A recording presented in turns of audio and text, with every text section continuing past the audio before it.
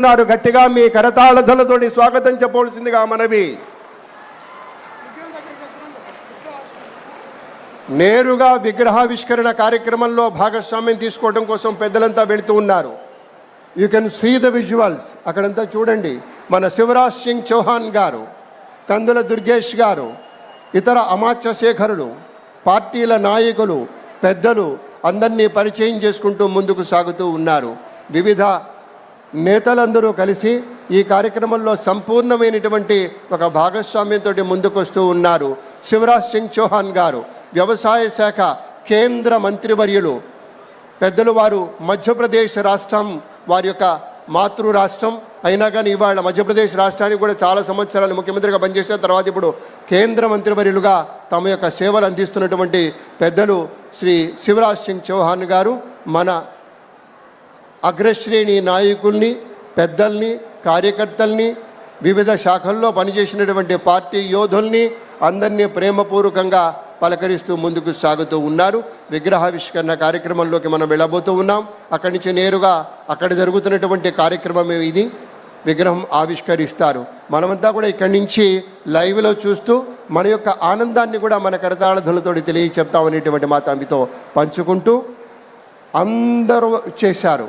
అన్ని పార్టీల వారు వచ్చారు. ఎందుకంటే ప్రత్యేకించి కూటమి ప్రభుత్వం అనగానే మనకి తెలుగుదేశం పార్టీ నాయకులు ఉంటారు, జనసేన నాయకులు ఉంటారు, భారతీయ జనతా పార్టీ వారు ఉంటారు. అందరూ ఒక్కటే, అన్నదమ్ముల్లా కలిసిపోయాం. అటువంటి కలిసినటువంటి మిత్రుల సమూహం మనస్ఫూర్తిగా స్వాగతం పలుకుతున్నటువంటి సందర్భంలో అటు పార్టీ నేతలు, వివిధ రాజకీయ పార్టీల నేతలంతా కూడాను ఆ కరచాలనాలకుండా ముందుకు సాగి వెళుతోంది. అందరినీ పేరు పేరున పరిచయం చేస్తూ ఉన్నారు. అటువైపు మన చంద్రబాబు నాయుడు గారు, మన ప్రీతమ ముఖ్యమంత్రి వర్యులు, అలాగే రాష్ట్ర బీజేపీ అధ్యక్షులు శ్రీ మాధవ్ గారు, పార్టీ నాయకులందరినీ కూడాను గౌరవనీయ శ్రీ చౌహాన్ గారికి పరిచయం చేస్తూ ముందుకు సాగుతుంది. ఎంతమంది నాయకులు ఎంత ప్రేమతో తరలి వచ్చారు. ఎందుకంటే అటల్ బిహారీ గారి వాజ్పేయి గారి యొక్క సుపరిపాలన యాత్రలో కూడా అంతే నిబద్ధతతోటి పాల్గొన్నారు, క్రమశిక్షణతో పాల్గొన్నారు. ఒక్కొక్క సభని విజయవంతం చేసుకుంటూ వచ్చారు. ఇవాళ సుపరిపాలన దినోత్సవంలో భాగస్వామ్యం తీసుకుంటున్నారు. నాయకులందరికీ వినమ్ర వందనాలు, పెద్దలందరికీ వందనాలు. అందరికీ మనపూర్వకంగా కృతజ్ఞతలు తెలియజేసుకుంటూ ముందుకు సాగుతున్నాం. మొదటి నుంచి కూడా ఒక నిబద్ధత, ఒక కమిట్మెంట్ ఉన్నటువంటి కార్యకర్తలంటే చంద్రబాబు గారికి అంత ప్రీతి. గౌరవనీయ శ్రీ పెద్దలంతా కూడా వేదిక విచ్చేస్తూ ఉన్నారు. సాదరంగా స్వాగతం పలుకుతూ ఉన్నాం.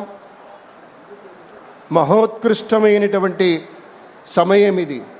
ఆత్మీయత వెల్లివిరిసేటువంటి సమయం ఇది. ఆత్మీయత పల్లవిస్తున్నటువంటి సమయం ఇది.